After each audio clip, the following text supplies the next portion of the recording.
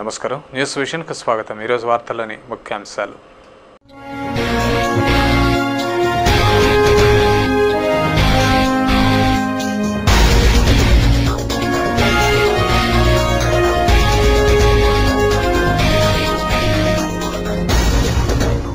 దేశ భద్రత ప్రతి పౌరుడి సామాజిక బాధ్యత. ఉగ్రవాద మూలాలను తెలుసుకున్నప్పుడే సమూల నిర్మూలన. భారతదేశ భద్రత ఉగ్రవాద నిర్మూలన సదస్సులో వక్తలు.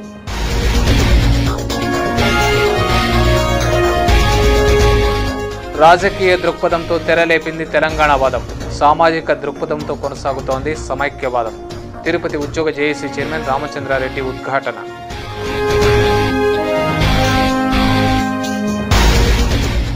ఎన్జీఓల ఉద్యమ స్ఫూర్తి అభినందనీయం. వారి ఐక్య ఉద్యమ తీరు ఆదర్శప్రాయం. వీర తిలకం కార్యక్రమంలో సమైక్యవాదుల ప్రశంసలు.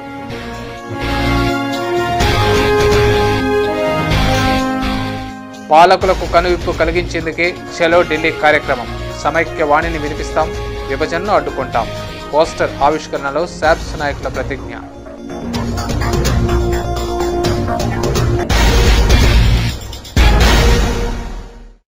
వార్తల్లోని వివరాలు. గ్రామ పంచాయతీల్లో పనిచేసే కాంట్రాక్టు సిబ్బందిని వెంటనే రెగ్యులరైజ్ చేయాలని ప్రిన్సిపల్ కార్యదర్శి వి నాగిరెడ్డి ఆదేశించారు. శనివారం principal secretary Nagireddy, Panchayati Raj commissioner Varaprasad Hyderabad నుండి వీడియో కాన్ఫరెన్స్ నిర్వహించారు. ఈ సందర్భంగా వారు మాట్లాడుతూ ఎంపీటీసీ, జెడ్పీటీసీ ఎన్నికల నిర్వహణకు కావాల్సిన ఏర్పాట్లను పూర్తి చేయాలన్నారు. ప్రతి 5 సంవత్సరాలకు ఒక్కమారు ఇండ్ల కొలతలు చేపట్టి పన్ను నిర్ణయించాలని తెలిపారు. ఈ విషయమై ఎంపీడీఓలు, ఈఓపీఆర్డీలు, కార్యదర్శులు అలసత్వానికి తావు లేకుండా పనిచేయాలని ఆదేశించారు. ఈ కార్యక్రమంలో ZP CEO Nageswara Rao, DPO Chandramouli, EOPRD, DLPO, major panchayat కార్యదర్శులు పాల్గొన్నారు.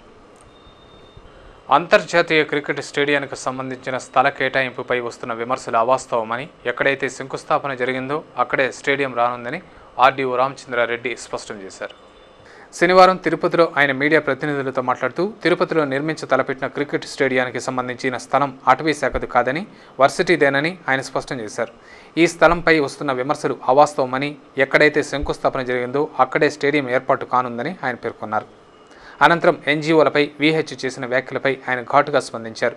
ఎన్జీఓలు జీతాల కోసమో లేక ఉద్యోగుల సమస్యల కోసమో సమ్మెబాట పట్టడం లేదని, ప్రజల మనోభావాలను పరిరక్షించి వారి భవిష్యత్తు కోసం తమ వంతు బాధ్యతగా సమ్మెకు వెళ్లడం జరిగిందని అన్నారు.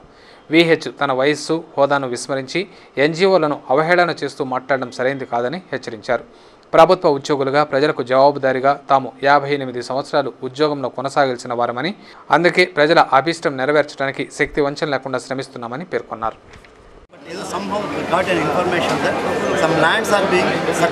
ఏదైనా ఐటీఐఆర్ ప్రాజెక్ట్ రావాలంటే ఎక్కడ జిల్లాలో సెర్చ్ చేస్తుంది. ఒకటైతే ఐటీఐఆర్ ప్రాజెక్ట్ అనేది చిత్తూరు జిల్లాకు అనౌన్స్మెంట్ అయ్యేదైతే ఒక సూత్రప్రాయంగా ఏదో కరెక్ట్ ఇన్ఫర్మేషన్ అయితే వచ్చింది. కానీ దానికి సంబంధించి ఎక్కడ పెడతారు, ఎట్లాంటి సిచ్యువేషన్ ఉండాలనే విషయం అయితే పూర్తి వివరాలు మన దగ్గర లేదు. ల్యాండ్ అయితే డీటెయిల్స్ అయితే తీసుకుంటున్నాను, మరి ఎక్కడ అది ఖచ్చితంగా ఆ మైదానం ఫారెస్ట్ డిపార్ట్మెంట్కి సంబంధించింది కాదు. It is university land. అది పొరపాటుగా అప్పటి టీటీడీ ఫారెస్ట్ అధికారులు కరెక్ట్గా సర్వే చేయించుకోకుండా వాళ్ళు టెంటేటివ్గా వాళ్ళు చూపించేసి 24 acres యూనివర్సిటీ ల్యాండ్ చూపించడం జరిగింది ఫారెస్ట్. దాన్ని బేస్ చేసుకొని నోటిఫికేషన్ ఇవ్వడం జరిగింది. సో ఇప్పుడు ఆ నోటిఫికేషన్ రివైజ్ చేయమని కలెక్టర్ గారికి రిపోర్ట్ కూడా పంపించారు. ఆ నోటిఫికేషన్ రివైజ్ చేయిస్తారు. ఖచ్చితంగా సీఎం గారు ఎక్కడైతే ఫౌండేషన్ స్టోన్ వేశారో, ఏదైతే ఇయర్మార్క్ చేశారో, ఏదైతే యూనివర్సిటీ క్రికెట్ అసోసియేషన్కి లీజుకు ట్రాన్స్ఫర్ చేయడం జరిగిందో అక్కడే క్రికెట్ స్టేడియం రావడం జరుగుతుంది. ఇందులో ఏ విధమైనటువంటి చిత్తూరు జిల్లా కలెక్టర్ కార్యాలయంలో ప్రతి నెల నిర్వహించే ఎస్సీ గ్రీవెన్స్లకు ఆదరణ కరువైంది. శనివారం అదనపు జాయింట్ కలెక్టర్ వెంకట సుబ్బారెడ్డి, సాంఘిక సంక్షేమ శాఖ డీడీ ధనంజయరావు, ఈడీ గణేష్ తదితరులు గ్రీవెన్స్ల్లో పాల్గొన్నారు. అయితే తక్కువ మంది దళితులు హాజరయ్యారు. దళితుల సమస్యలు అధికంగా ఉండడంతో వారి కోసం ప్రతి నెల చివరి శనివారం ఎస్సీ గ్రీవెన్స్ సెల్ ఏర్పాటు చేశారు. ఈ కార్యక్రమానికి ఆదరణ లేకపోవడం గమనార్హం. పట్టణ ప్రాంతాల్లో మురికివాడల నిర్మూలనే రాజీవ్ ఆవాస్ యోజన పథకం లక్ష్యమని పట్టణ పేదరిక నిర్మూలన సంస్థ సీఎండీ అనిత రామచంద్రన్ పేర్కొన్నారు. శనివారం తిరుపతి నగరపాలక సంస్థ కార్యాలయంలోని వైఎస్ఆర్ సమావేశ మందిరంలో రాజీవ్ ఆవాస్ యోజన పథకంపై అధికారులకు అవగాహన సదస్సు నిర్వహించారు. ఈ కార్యక్రమానికి ముఖ్య అతిథిగా విచ్చేసిన మెప్మా సీఎండీ అనిత రామచంద్రన్ హాజరై పవర్ పాయింట్ ప్రజెంటేషన్ ద్వారా పథకం అమలు తీరును గురించి వివరించారు. ఈ సందర్భంగా కమిషనర్ సకలారెడ్డి మాట్లాడుతూ, రాజీవ్ ఆవాస్ యోజన పథకం 2013 నుండి 2022 వరకు కొనసాగుతుందని తెలిపారు. గతంలో JNNURM పథకం కొన్ని నగరాలకే పరిమితమైందని, అయితే రాజీవ్ ఆవాస్ యోజన పథకం పట్టణాలు, నగరాల్లో కూడా అమలు చేస్తున్నట్లు తెలిపారు. మురికివాడలను గుర్తించి అక్కడ ఉన్న ఇళ్లను తొలగించి నూతనంగా భవనాలను నిర్మించి మౌలిక వసతులు కల్పించడానికి ఈ పథకం అమలు చేస్తున్నట్టు చెప్పారు. 5 లక్షల కంటే తక్కువ జనాభా కలిగిన నగరంలో భవన నిర్మాణాలకు 75% కేంద్రం నిధులు కేటాయిస్తే 15% రాష్ట్ర ప్రభుత్వం, 10% లబ్ధిదారుడు భరించాల్సి ఉంటుందన్నారు. 5 లక్షల కంటే ఎక్కువగా ఉన్న చోట 50% కేంద్రం భరిస్తే 25% రాష్ట్ర ప్రభుత్వం, 25% లబ్ధిదారుడు భరించాల్సి ఉంటుందన్నారు. ఈ అవగాహన సదస్సులో AMD విద్యాధర్, SC గోకన శాస్త్రి, కమిషనర్లు సకలారెడ్డి, అజయ్ కుమార్ తదితరులు పాల్గొన్నారు. రాజీవ్ ఆవాస్ యోజన ప్రోగ్రాంలో ఓరియంటేషన్ గురించి మనం కమిషన్లు అందరికీ సమావేశం ఏర్పాటు చేసుకొని వారికి ప్రోగ్రాం పైన ఓరియంటేషన్ ఇవ్వటం జరుగుతుంది. అదేవిధంగా స్ట్రీట్ వెండర్స్ గ్రూపులుగా చేసి వాళ్ళకి ఏ విధంగా మనం హెల్ప్ చేయాలి అనే దాని మీద ఓరియంటేషన్ ప్రోగ్రాం జరుగుతుంది. చిత్తూరు జిల్లా అభివృద్ధికి అధికంగా నిధులు కేటాయించాలని CPI జిల్లా కార్యదర్శి రామానాయుడు ప్రభుత్వాన్ని డిమాండ్ చేశారు. శనివారం చిత్తూరు CPI కార్యాలయంలో పట్టణ కౌన్సిల్ సమావేశం జరిగింది. ఈ కార్యక్రమానికి హాజరైన రామానాయుడు మాట్లాడుతూ చిత్తూరు జిల్లా అన్ని రంగాల్లో వెనుకబడి ఉందని తెలిపారు. ఇందుకోసం జిల్లా కేంద్రమైన చిత్తూరులోని విజయ డైరీని పునరుద్ధరించాలని, పట్టణానికి కండలేరు నీటిని తీసుకురావాలని, జిల్లాలో పుణ్యక్షేత్రాలను కలిపి క్యారిడార్ను ఏర్పాటు చేయాలని, పర్యాటక స్థలాలను అభివృద్ధి చేయాలని కోరుతూ ప్రభుత్వంపై ఒత్తిడి తెచ్చి జిల్లాను అభివృద్ధి చేసేందుకు CPI దశలవారీ ఆందోళన నిర్వహించనుందని తెలిపారు. ఈ కార్యక్రమంలో నాయకులు నాగరాజన్, మణి, సత్యమూర్తి, ఆర్మగరెడ్డి, కుమారి, జమీలాబి తదితరులు పాల్గొన్నారు. ప్రత్యేక తెలంగాణ ఉద్యమాలు జరుగుతున్న నేపథ్యంలో చిత్తూరు జిల్లా సమగ్ర అభివృద్ధి కోసం కావాల్సిన నిధులు కేటాయించమని చెప్పేసి చిత్తూరు జిల్లా మొత్తం పాడి పరిశ్రమ పైన, చెరుకు పైన ఆధారపడి రైతాంగం బతుకుతూ ఉంది. వారిని ఆదుకోవడం కోసం శ్రీ వెంకటేశ్వర షుగర్ ఫ్యాక్టరీని అధునాతనమైన యంత్రాలు సమకూర్చి ఎక్కువ మొత్తంలో క్రషింగ్ చేసే పద్ధతిలో చేయాలని, దానికి కేంద్ర ప్రభుత్వం నిధులు కేటాయించమని చెప్పి, విజయ డైరీని తెరిపించడానికి కూడా కేంద్ర ప్రభుత్వం నిధులు కేటాయించమని చెప్పి, అలాగే తిరుపతిలో సెంట్రల్ యూనివర్సిటీ కావాలని, ఎయిమ్స్ ఆసుపత్రి కావాలని, మ్యాంగోని ఇక్కడి నుంచి ఇతర దేశాలకి తరలించడానికి అంతర్జాతీయ విమానాశ్రయంలో ప్రత్యేకమైనటువంటి సౌకర్యం కల్పించమని చెప్పి, ఇలాంటి సమస్యలపైన CPI నాయకత్వంలో బలమైన ఉద్యమాలు నిర్వహించడానికి సిద్ధమవుతూ ఉన్నాం. తెలంగాణ రాజకీయ దృక్పథంతో ముందుకొస్తే సామాజిక దృక్పథంతో NGOలు సమైక్య ఉద్యమాన్ని తీసుకెళ్తున్నారని తిరుపతి ఉద్యోగ జేఏసీ చైర్మన్ రామచంద్రారెడ్డి స్పష్టం చేశారు. జీతాల కోసం కాకుండా జీవితాల కోసం 2 నెలల పాటు సమ్మెబాట పట్టి సుమారు 2700 కోట్ల రూపాయల జీతభత్యాలను తృణప్రాయంగా వదులుకున్న NGOల ఉద్యమ స్ఫూర్తిని అభినందిస్తూ NGOలకు వీరతిలకం అనే కార్యక్రమాన్ని తిరుపతిలో నిర్వహించారు. భవానీనగర్లోని ఓ ప్రైవేటు పాఠశాల ఆధ్వర్యంలో జరిగిన ఈ కార్యక్రమానికి ముఖ్య అతిథులుగా తిరుపతి ఉద్యోగ JAC chairman Ramachandra Reddy, SAPS JAC convener doctor Sudharani, మబ్బు యువసేన అధ్యక్షులు మబ్బు చెంగారెడ్డి, ఫ్రెండ్స్ అసోసియేషన్ అధ్యక్షులు మునిసుబ్రహ్మణ్యంతో పాటు ఉద్యోగ జేఏసీ నాయకులు హాజరయ్యారు. ముందుగా తెలుగు తల్లి వేషధారణ ధరించిన చిన్నారి ఏపీ NGOల రాష్ట్ర అధ్యక్షులు అశోక్ బాబు ఫోటోకి వీర తిలకం దిద్ది, ఆ తర్వాత తిరుపతి ఉద్యోగ జేఏసీ నాయకులకు తిలకం దిద్ది ఉద్యమాన్ని విజయవంతంగా నిర్వహించాలని ఆకాంక్షించారు. ఈ సందర్భంగా నిర్వహించిన సభలో రామచంద్రారెడ్డి మాట్లాడుతూ కలిసి ఉంటామని కోరుకునేది, ఉద్యమాలు చేసేది ఇరు ప్రాంతాల ప్రజల కోసమేనని ఆయన పేర్కొన్నారు. కేవలం రాజకీయ దృక్పథంతోనే తెలంగాణ అంశం ముందుకు రాగా సామాజిక దృక్పథంతో తెలుగు ప్రజల భవిష్యత్తు కోసం NGOలు ఉద్యమించారని పేర్కొన్నారు. బలంగా ఉన్న రాష్ట్రాన్ని బలహీనపరచడానికి ముక్కలు చేస్తున్నారని ఆరోపించారు. NGOలు సమ్మెను తాత్కాలికంగా విరమించినా విధులు నిర్వహిస్తూనే విరామ సమయాల్లో దశలవారీ ఉద్యమాలు చేపడుతున్నారన్నారు. అంతేగాక ప్రజా సంఘాలు కొనసాగిస్తున్న పోరాటాల్లో పాల్గొంటూ తమ వంతు కృషి చేస్తామని హామీ ఇచ్చారు. కనీసం ఉద్యోగస్తులకు బాధ్యత ఉంది, సామాజిక బాధ్యత ఇది. మీరు భావితరాల వాళ్ళు విడిపోయిన తర్వాత నాశనం అయిపోయినప్పుడు ఏమండి ఇట్లా చేసినారని అడిగేది మీరుండ్రు, అక్కడ మీరు ఎక్కడికో వెళ్ళిపోయింటారు. మీరు కనీసం చట్టసభల్లో కాదు కదా మిమ్మల్ని ప్రజలు ఈడ్చి తన్ని రోడ్లో పడేసింటారు. ఆ రోజు అడిగేది మమ్మల్ని, మేము పర్మనెంట్గా ఉద్యోగాలు ఉండేవాళ్ళు మేము. ఏంటండి మీ ఉద్యోగం చేసుకుని నిలిపేసినారు, ఈ విధంగా అన్యాయం అయిపోయింది, తెలంగాణ నాశనం అయిపోయింది, రాయలసీమ నాశనం అయిపోయింది, కోస్తా మిమ్మల్ని అడగరు. సో ఈ బాధ్యత మాది. ఈ నెత్తినేసుకున్న బాధ్యత కూడా మేము త్యాగం చేసి మేము చేస్తున్నది ఏంటి, మా ఒక్కరి కోసం కాదండి. సో అలాగే ఇవాళ మీరు అంటున్నారు ఉద్యోగస్తులు మానేసినారు, ఎక్కడ సమ్మె లేదు, ఎక్కడ ఏం ప్రభావం లేదని మీరు చెప్తున్నారు. ఇది కరెక్ట్ కాదు. ఖచ్చితంగా చెప్తున్నాం. చాప కింద నీరులాగా వాళ్ళ ఆవేశం కట్టలు తెంచుకునే దానికి ఎంతో సమయం పట్టదు. చాలా ఆవేశంతో ఉన్నారు ప్రజలు. అనంతరం మబ్బు చెంగారెడ్డి మాట్లాడుతూ గత 86 రోజులకు పైగా సీమాంధ్రుడు ఉద్యమిస్తున్నా కేంద్ర ప్రభుత్వం స్పందించకపోవడం బాధాకరమన్నారు. NGOల సమ్మెతో ఉద్యమం తారాస్థాయికి చేరి ఢిల్లీ పీఠాన్ని కదల్చగలిగిందని, దాని ఫలితంగా కేంద్ర ప్రభుత్వం వెనకడుగు వేసిందని అభిప్రాయపడ్డారు. ఏపీ ఎన్జీఓల కార్యాచరణ మేరకు మబ్బు యువసేన సమైక్యాంధ్ర ఉద్యమాలు చేపడుతుందని, మున్ముందు కూడా ఉద్యమాన్ని మరింత ఉధృతం చేయడానికి శక్తి వంచన లేకుండా శ్రమిస్తామని హామీ ఇచ్చారు. ఈ కార్యక్రమంలో నిర్వాహకులు వాసు, ఉద్యోగ జేఏసీ నాయకులు నరసింహన్ నాయుడు, విజయలక్ష్మి, సురేష్, ధనంజయ నాయుడు, బాలాజీ, గోపాల్, నిర్మల, విద్యార్థులు, పాఠశాల సిబ్బంది, సమైక్యవాదులు పాల్గొన్నారు.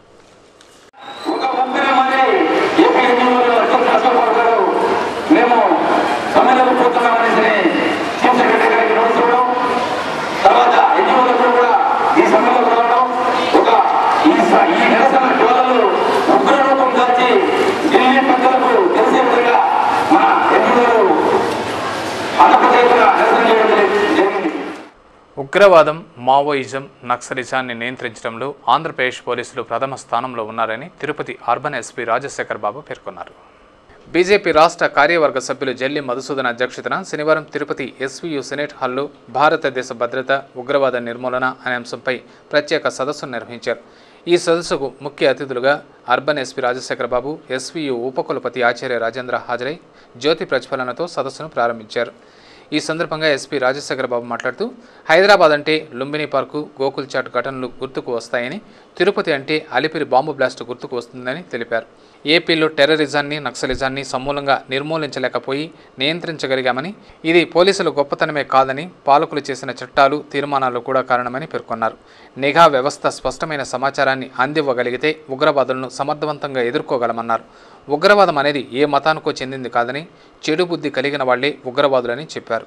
రక్షణ వ్యవస్థ పటిష్టంగా ఉండాలని, మనుషుల ఆలోచనల్లో మార్పు రావాలని కాంక్షించారు. మన స్టేట్ ఇంటెలిజెన్స్ ఎలా ఉంటుందో సెంటర్ కూడా ఇంటెలిజెన్స్ బ్యూరో వాళ్ళు కొన్ని ఇన్పుట్స్ ఇస్తారు. ఏముంది ఇన్పుట్ ఏముంది, తిరుమల పవిత్రమైన పుణ్యక్షేత్రము, అటాక్ జరగవచ్చు, సో ఎస్పీ తిరుపతి అయ్యాను చాలా జాగ్రత్తగా ఉండు. సో ఇది 3 నెలలకు ఒకసారి ఒకటి మెసేజ్ ఫ్లాష్ చేస్తే అది ఐబీ అలర్ట్ అని అనడానికి లేదు. అది జనరల్ రొటీన్గా అలర్ట్స్ కొన్ని వస్తుంటాయి స్పెసిఫిక్గా, ఇది this is the threat, so ఇది these are the plans, so వీటిని మనం అరికట్టాలి, వీటిని మనం ఎదుర్కోవాలి, so this is the action plan అని ఇవ్వగలిగిన యాక్షనబుల్ ఇంటెలిజెన్స్ ఇన్పుట్ ఇవ్వగలిగిన స్థితికి మనగా చేరుకోగలిగితే ఖచ్చితంగా చాలా వరకు ఈ యొక్క ఉగ్రవాదాన్ని చాలా వరకు కంటైన్.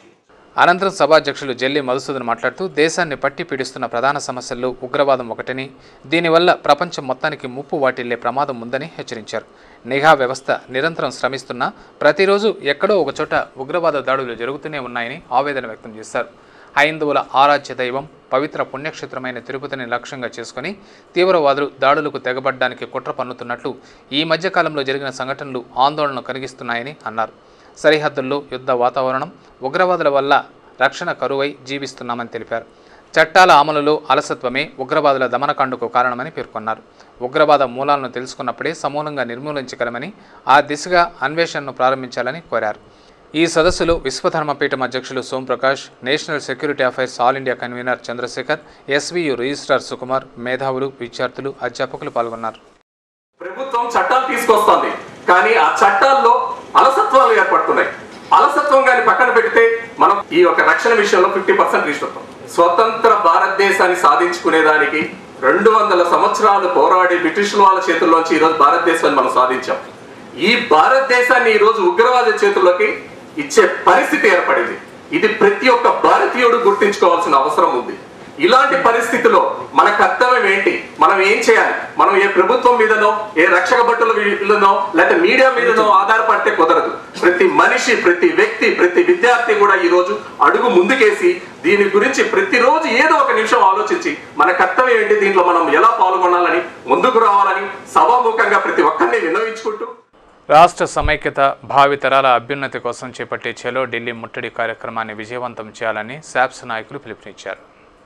తెలుగు ప్రజల మనోభావాలను పరిగణలోకి తీసుకోకుండా, సమైక్యాంధ్ర ఉద్యమంపై కనీస స్పందన లేకుండా, రాజ్యాంగ విలువల్ని పాటించకుండా కేవలం రాజకీయ కోణంలో రాష్ట్ర విభజనకు పూనుకున్న కేంద్ర అధిష్టానం వైఖరికి నిరసనగా సమైక్యాంధ్ర పరిరక్షణ సమితి, విశాలాంధ్ర మహాసభ నాయకులు చలో ఢిల్లీ కార్యక్రమాన్ని చేపట్టనున్నారు. ఈ మేరకు శనివారం తిరుపతి ప్రెస్ క్లబ్లో ఏర్పాటు చేసిన విలేకరుల సమావేశంలో ఇందుకు సంబంధించిన వాల్ పోస్టర్లను ఆవిష్కరించారు. ఈ సందర్భంగా శాప్స్ రాష్ట్ర అధ్యక్షులు కోడూరు బాలసుబ్రహ్మణ్యం, సమైక్యవాది అశోక్ రాజు మాట్లాడుతూ, రాష్ట్ర విభజన విషయంలో ఢిల్లీ పెద్దలు ఏకపక్షంగా వ్యవహరిస్తున్నారని ఆరోపించారు. పాలకుల వైఖరిని నిరసిస్తూ సమైక్య వాణిని దేశ రాజధానిలో వినిపించేందుకు సమైక్యవాదులు సన్నద్ధమయ్యారని చెప్పారు. ఇందులో భాగంగా సమైక్యాంధ్ర పరిరక్షణ సమితి, విశాలాంధ్ర మహాసభ సంయుక్త ఆధ్వర్యంలో చలో ఢిల్లీ ముట్టడి కార్యక్రమాన్ని చేపట్టనున్నామన్నారు. నవంబర్ 9న ఢిల్లీలోని జంతర్ మంతర్ వద్ద భారీ ఎత్తున ధర్నాను నిర్వహిస్తామన్నారు. అదే నెల 5వ తేదీన చిత్తూరు, నెల్లూరు, కడప, అనంతపురం జిల్లాల నుంచి ఢిల్లీకి బస్సులు బయలుదేరనున్నాయని తెలిపారు. 6వ తేదీకి హైదరాబాద్ చేరుకొని అక్కడి నుంచి నాగపూర్, భోపాల్ మీదుగా 9వ తేదీ నాటికి ఢిల్లీకి చేరుకుంటామని చెప్పారు. తాము వెళ్లనున్న మార్గమధ్యం ప్రదేశాల్లో విభజన జరిగితే వచ్చే నష్టాలను తెలుగు దండోరా, గర్జన పేరుతో సమావేశాలను ఏర్పాటు చేసి కేంద్ర ప్రభుత్వ వైఖరిని ఎండగడతామన్నారు. ఢిల్లీకి రాదలిచిన సమైక్యవాదులు ఈ నెల 30వ తేదీలోపు తమ పేర్లను నమోదు చేసుకోవాలని కోరారు. పూర్తి వివరాలకు శాప్స్ నాయకులను సంప్రదించాలని చెప్పారు. ఈ విలేకరుల సమావేశంలో శాప్స్ నాయకులు రాజారెడ్డి, శేషగిరిరావు, దినకర్, విద్యార్థి నాయకుడు రంజిత్, మహిళా నాయకురాలు భారతి తదితరులు పాల్గొన్నారు. భాషా ప్రయుక్త రాష్ట్రంగా ఏర్పడిన రాష్ట్రాల్లో మొట్టమొదటి రాష్ట్రంగా ఆంధ్రప్రదేశ్ ఉంది. భాషా ప్రయుక్త రాష్ట్రంగా ఏర్పడిన రాష్ట్రం ఈరోజు విచ్ఛిన్నమవుతుంది. కాబట్టి మా పరిస్థితి ఇలా ఉంటే రేపు మీ పరిస్థితి కూడా ఇలా అవుతుంది. రాష్ట్రం విచ్ఛిన్నం అవుతుంది. విద్యార్థులుగా, రైతులుగా ఎంత నష్టపోతున్నామో దేశవ్యాప్తంగా ఉండే వాళ్ళందరినీ ఒక హెచ్చరిక చేస్తూ, తెలుగువాడు ఈరోజు చీలుతుంటే ఈ ప్రాంతంలో నీటి వనరులు లేవు, ఈ ప్రాంతంలో ఉద్యోగ అవకాశాలు లేవు, ఒకసారి రాష్ట్రం విడిపోతే మా ఆంధ్ర ప్రజలు ఒక ఘోషను వినిపించేదానికి ఈ ఢిల్లీ ముట్టడి కార్యక్రమం అనేది చేపట్టడం జరిగింది.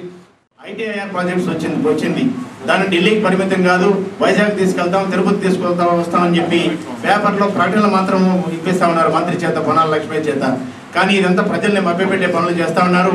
ఈరోజు ఒక్కసారి మనం డీప్గా ఆలోచిస్తే ప్రతి ఒక్కరి హృదయం కూడా ఘోషిస్తూ ఉంది. మన విద్యార్థుల యొక్క భవిష్యత్తు ఏంటి, మన పిల్లల యొక్క భవిష్యత్తు ఏంటి, ఫ్యూచర్లో నెక్స్ట్ జనరేషన్కి వచ్చేటటువంటి దాదాపు ఒక జనరేషన్ నుంచి 2 జనరేషన్లు నష్టపోయే విధంగా ఈరోజు అన్యాయం మనకు జరుగుతూ ఉంది. ఆంధ్రప్రదేశ్లో వాళ్ళ ప్యాకేజీలు ఇచ్చేదంతా ఉత్తత్తు మాటలే, కేవలం మాటలతో సంతృప్తిపరిచి ఒక్కొక్కరి చేత ఒక్కొక్క ప్రకటన ఇప్పించి అనవసరంగా గందరగోళానికి గురి చేసే విధంగా వాళ్ళు చేస్తున్నారు. కాబట్టి వాళ్ళు కళ్ళు తెరిచే విధంగా మనందరం కూడా ఉద్యమాన్ని పునర్నిర్మించే దాంట్లో ఖచ్చితంగా అందరం భాగస్వాములై దీన్ని విజయవంతం చేయడానికి మా తరఫున మేము సంపూర్ణమైన మద్దతు ఇస్తూ, బాల్య దశలో చిన్నారులు ఎలాంటి ఒత్తిడికి లోను కాకుండా ఉంటారని, వారి అభిరుచులు, ప్రతిభ మేరకు వారి బంగారు భవిష్యత్తుకు బాటలు వేయాల్సిన బాధ్యత తల్లిదండ్రులపై ఉందని శాప్స్ జేఏసీ కన్వీనర్ డాక్టర్ సుధారాణి సూచించారు. శనివారం స్థానిక గీతం స్కూల్లో రెయిన్బో ఫీట్ పేరుతో చిన్నారులు ప్రత్యేక కార్యక్రమాన్ని నిర్వహించారు. ఇంద్రధనస్సు సెట్టింగ్తో ప్రత్యేక ప్రదర్శన ఏర్పాటు చేసి ప్రారంభించారు. ఈ సందర్భంగా నిర్వహించిన సమావేశంలో ముఖ్య అతిథి డాక్టర్ సుధారాణి మాట్లాడుతూ, బాల్య దశ ఎంతో సున్నితమైందని, ఆ దశలో చిన్నారులు ఎలాంటి ఒత్తిడికి లోను కాకుండా స్వేచ్ఛనిస్తూ వారి అభిరుచులకు అనుగుణంగా మంచి భవిష్యత్తుకు బాటలు వేయాల్సిన బాధ్యత తల్లిదండ్రులదేనన్నారు. ఎంత మంచి స్కూల్లో చేర్పించినా తల్లిదండ్రులు తమ బాధ్యతను విస్మరించకూడదని సూచించారు. అలాగే పాఠశాల నిర్వాహకులు అమ్మ ఒడిని మరిపించేలా చేసి చిన్నారులకు విద్యాబుద్ధులు నేర్పించాలని పిలుపునిచ్చారు. మొదట ఏ ముద్ర పడుతుందో వాళ్ళ పసి మనసులో అది జీవితాంతం ఉండిపోతుంది. సో ఇక్కడ టీచర్స్ కూడా నా విజ్ఞప్తి ఏమంటే ఎప్పుడు కూడా వాళ్ళు చదువు ఒక్కటే కాదను మంచి పౌరులుగా తీర్చిదిద్దేదానికి మనందరం కూడా ట్రై చేయాలి. వాళ్ళ మీద ఏ విధమైన ఒత్తిడి ఉండకూడదు అనేది నా సలహా. నా కొడుకు ఫస్ట్ ర్యాంక్ రావాలి, నా కూతురు ఫస్ట్ రావాలి, పక్క పిల్లలతో పోల్చి వాళ్ళని కొట్టడం దండించడం దయచేసి చేయొద్దని నా విజ్ఞప్తి. అంతకుముందు ఆ పాఠశాల చైర్మన్ తమ్మినేని వెంకటేశ్వర్లు మాట్లాడుతూ, నెంగిలో సాక్షాత్కరించే ఇంద్రధనస్సు ఎంత సున్నితమో అదే కోవకు చెందిన వారు చిన్నారులని, చిన్నపాటి ఆటంకం ఎదురైనా ఇంద్రధనస్సు ఎలా వీగిపోతుందో చిన్నారుల మనస్సు కూడా అంతే సున్నితమైందని ఆయన అభివర్ణించారు. పిల్లల్లో ఆహ్లాదకర వాతావరణాన్ని నెలకొల్పడానికి ఇలాంటి కార్యక్రమాలు నిర్వహిస్తుంటామని పేర్కొన్నారు. ఈ కార్యక్రమంలో doctor Hemanth, doctor Sunil, doctor Chakradhar, principal Sridevi, చిన్నారులు, వారి తల్లిదండ్రులు పాల్గొన్నారు. So the most attractive for the children, right now when they see rainbow on the sky, when children, they feel very happy. Looking to the child, we personally care the children. Possible extent, we are trying to do our best to give good always to the children. Shri Venkateswara విశ్వవిద్యాలయం దూర విద్యా కేంద్రంలో ఆయుధ పూజ కార్యక్రమాన్ని ఘనంగా నిర్వహించారు. దసరా పర్వదినం సందర్భంగా శ్రీ వెంకటేశ్వర విశ్వవిద్యాలయం దూర విద్యా కేంద్రంలో శనివారం ఆయుధ పూజ కార్యక్రమాన్ని నిర్వహించారు.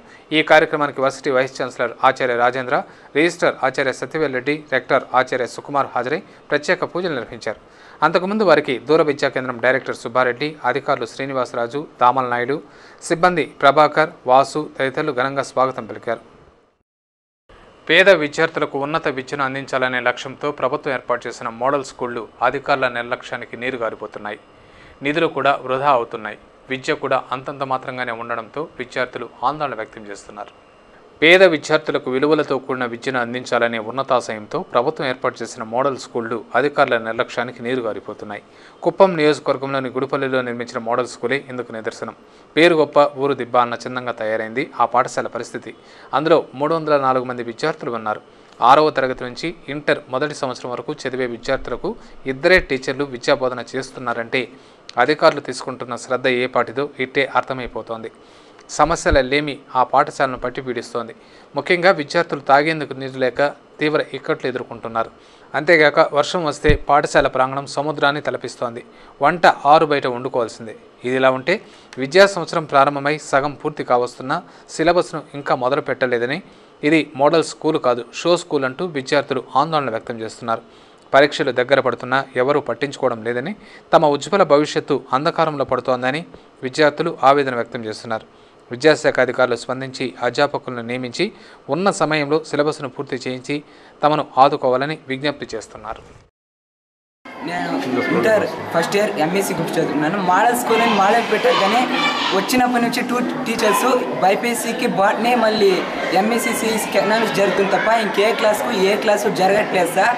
మోడల్ స్కూల్ అనేది స్టూడెంట్స్ భవిష్యత్తుని దెబ్బతీయడానికి పెట్టినట్టుంది సార్. మా ఫ్యూచర్ ఏమవ్వాలి సార్? పబ్లిక్ ఎగ్జామినేషన్స్ 4 మంత్స్లో ఉంది.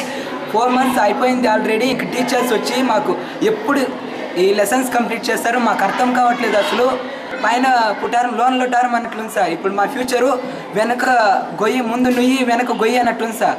ఎటు వెళ్ళలేము సార్. టీచర్స్ లేదు, లెసన్స్ జరగట్లేదు. నా పేరు డిఆర్ శిరీష. నేను first year CEC English medium చదువుతున్నాను.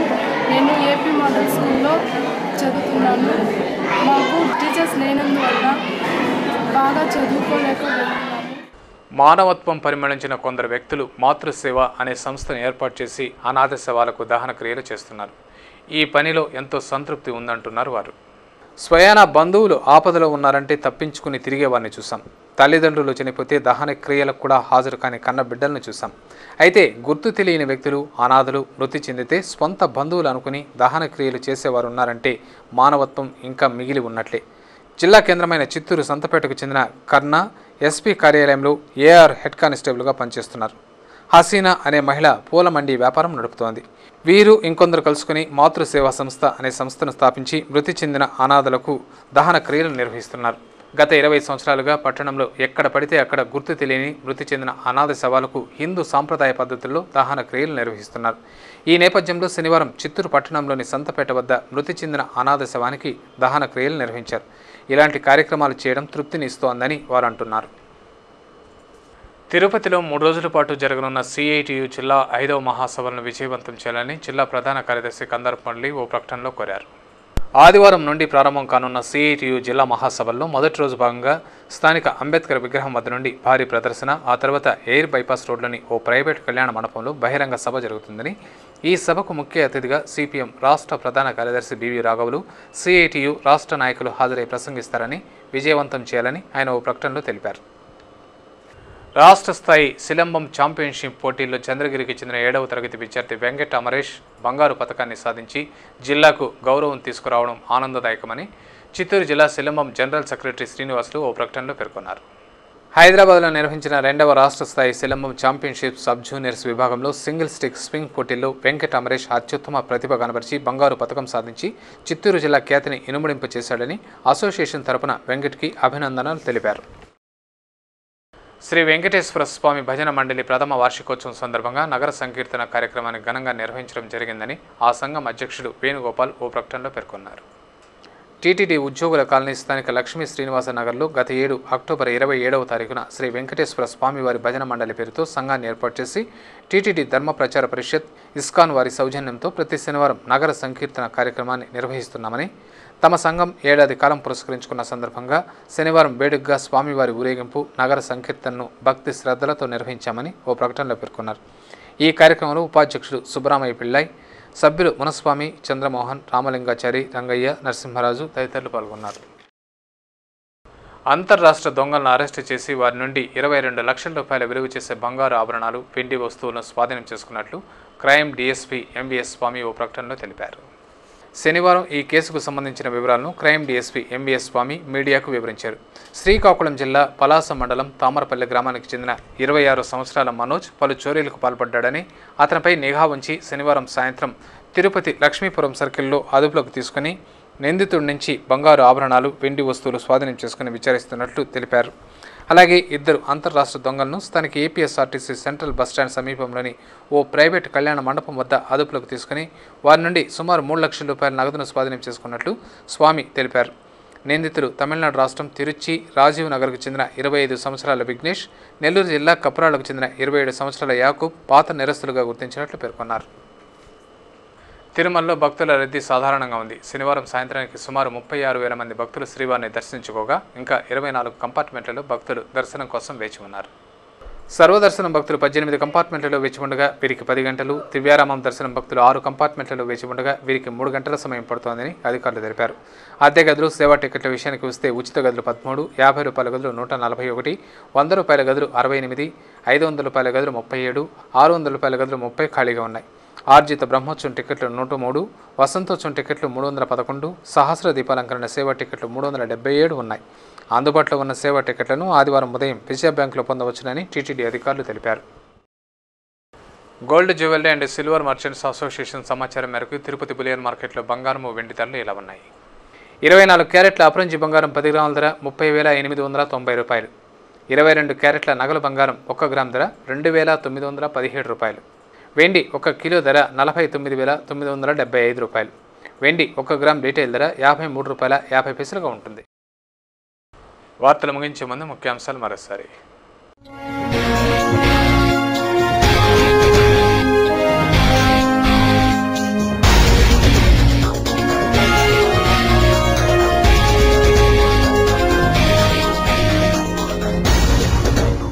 దేశ భద్రత ప్రతి పౌరుడి సామాజిక బాధ్యత.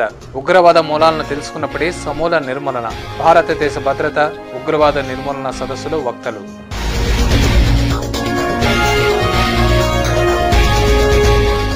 రాజకీయ దృక్పథంతో తెరలేపింది తెలంగాణ వాదం. సామాజిక దృక్పథంతో కొనసాగుతోంది సమైక్యవాదం. తిరుపతి ఉద్యోగ జేఏసీ చైర్మన్ రామచంద్రారెడ్డి ఉద్ఘాటన.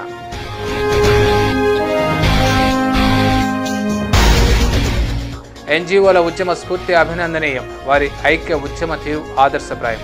వీర తిలకం కార్యక్రమంలో సమైక్యవాదుల ప్రశంసలు.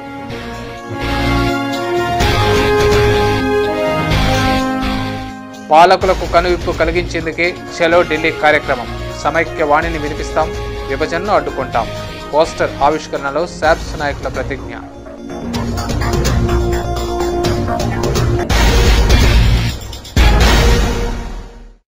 ఈ వార్తలు ఇంతటితో సమాప్తం. సమగ్ర సమాచారంతో న్యూస్ విజన్లో మళ్ళీ కలుసుకుందాం. అంతవరకు సెలవు. నమస్కారం.